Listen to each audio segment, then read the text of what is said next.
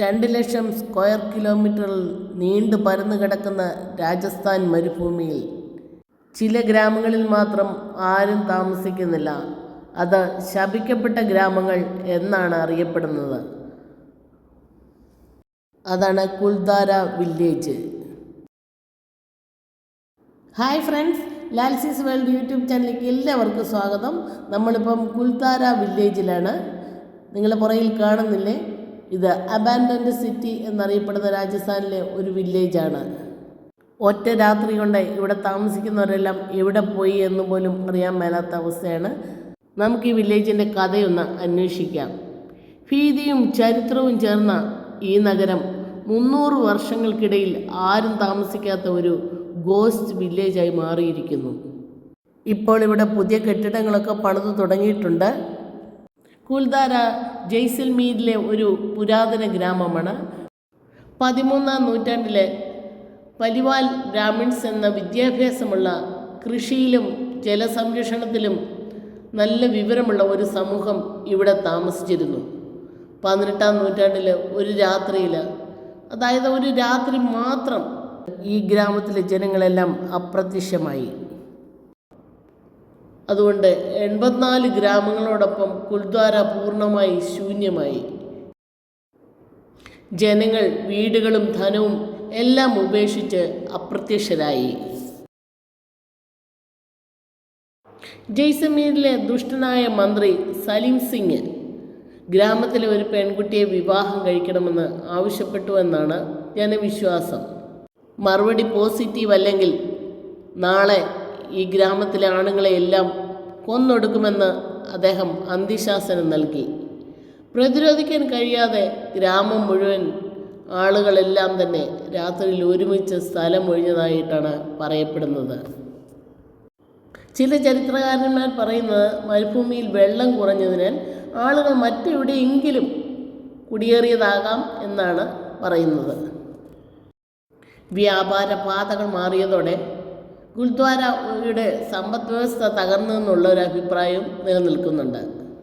കുൽദ്വാര ഗ്രാമം ഉപേക്ഷിച്ച് പോകുമ്പോൾ ഇവിടെ താമസിച്ചിരുന്ന ബ്രാഹ്മണർ ആരും ഇനിയും ഇവിടെ താമസിക്കരുത് എന്ന് ശപിച്ചിരുന്നു. ഇന്നും ഗ്രാമത്തിൽ രാത്രിയിൽ താമസിക്കാൻ ആരും തയ്യാറല്ല.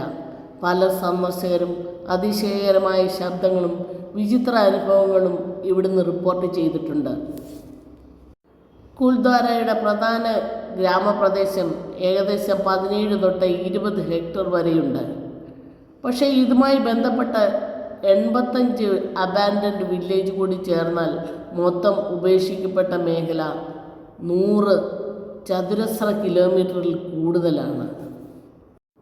മഞ്ഞ സാൻഡ് സ്റ്റോൺസ് കൊണ്ട് നിർമ്മിച്ച വീടുകൾ, കാറ്റുകൾ കയറാനുള്ള സംവിധാനങ്ങളുള്ള മുറികൾ, നല്ല നടപ്പാതകൾ, ജലസംഭരണി സംവിധാനങ്ങൾ, ഇവിടുത്തെ ബ്രാഹ്മണരുടെ എഞ്ചിനീയറിങ്ങിൻ്റെ കഴിവ് പ്രത്യേകം എടുത്തു പറയേണ്ടത് തന്നെയാണ്.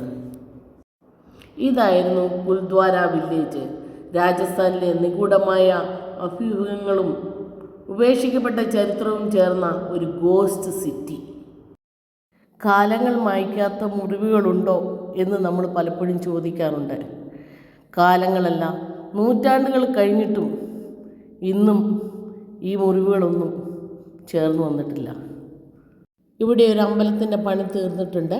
അതുപോലെ തന്നെ പുതിയ കെട്ടിടങ്ങളുടെ പണികളൊക്കെ തുടങ്ങി വെച്ചിട്ടുണ്ട്. യെല്ലോ സാൻഡ് സ്റ്റോൺ ഉപയോഗിച്ച് സ്വർണ്ണ നിറത്തിലുള്ള ഭിത്തികൾ ഇവിടെ കെട്ടിയെടുത്ത് ഒരുക്കി വരുന്നു.